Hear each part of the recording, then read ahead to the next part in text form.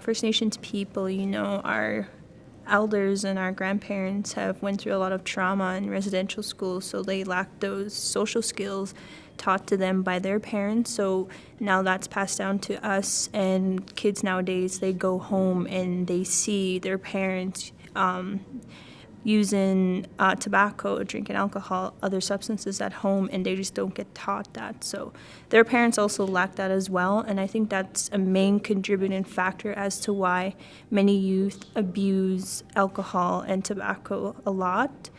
And personally myself, if I were to give any words of encouragement to others on how to prevent this, is it needs to start at home. And with yourself as well. Like I mentioned today in the conference, many of the people were so quick to point the fingers that, you youth need to do this, you youth need to do that. But really, it can start with them because they're the figures that we see growing up. We do what they do, growing up, they smoke and sit there. And nowadays, some kids mimic that action. So personally, myself, I think it starts with the older people and setting that example for the younger ones at home especially, and just bringing it out and then going into the next level on how we can collaborate with different agencies, governments, community, elders, and then go from there. But firstly, I think it starts with us at home and ourselves as well. I grew up in a boarding school. 10 years I was there. I had no parents, no guidance.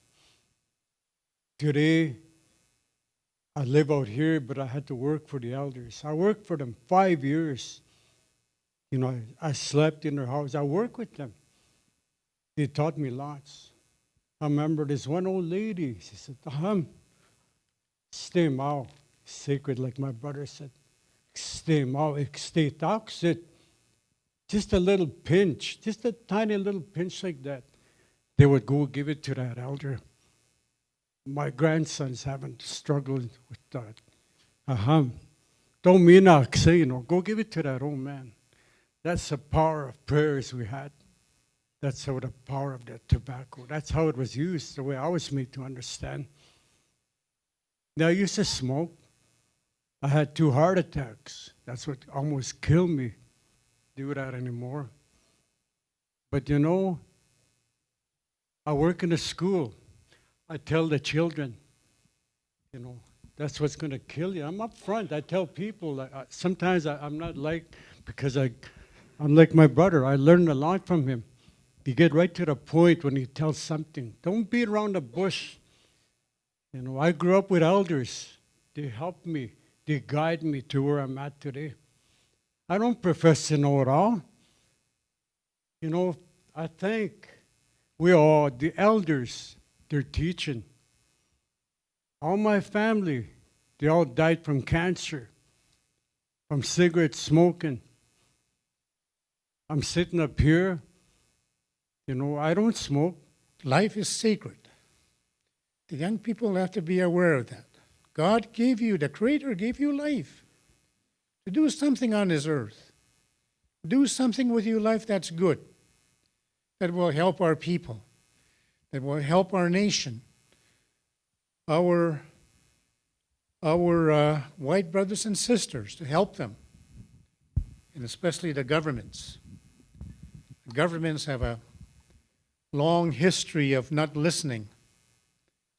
Just because they get elected to office, they think they know everything, that they have all the answers.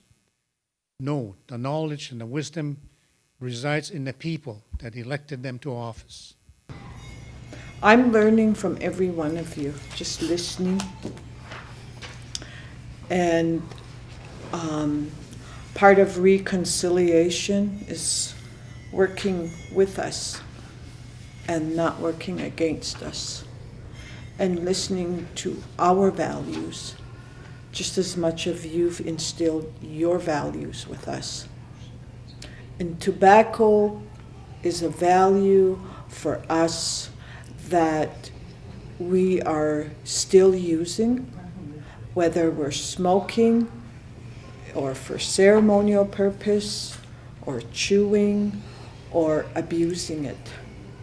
Sometimes there is no answer because it's a worldwide I wouldn't say epidemic, but it's a worldwide addiction.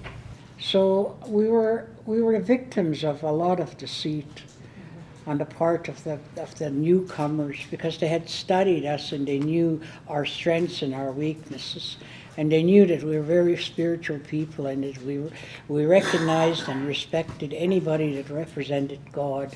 And even among our own tribes, my dad used to tell me whenever they were fighting with the Crees or the Crow or the Kootenays or all around.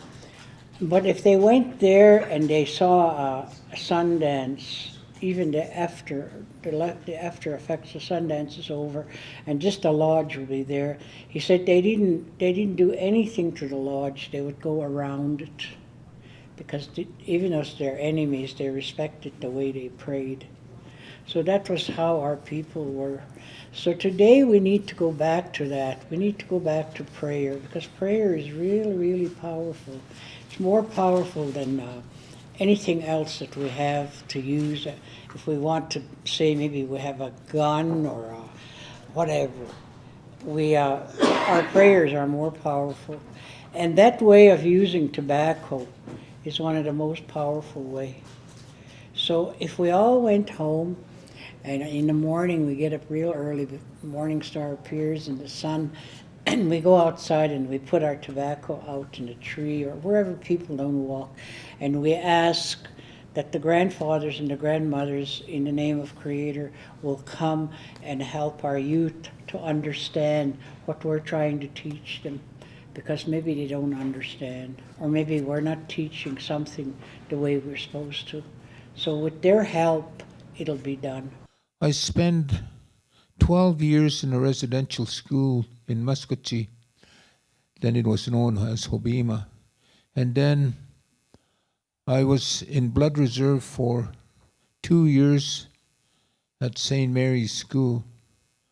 So, and I was determined to learn the Blackfoot language. You know, I used to tell my friends to speak to me in Blackfoot till I really got a good hang of it. And today I still make an effort to try and remember what those words were in sentences, and I reflect that to the children. You know, if you have determination, you can learn. Today we're actually making more efforts into healing our people.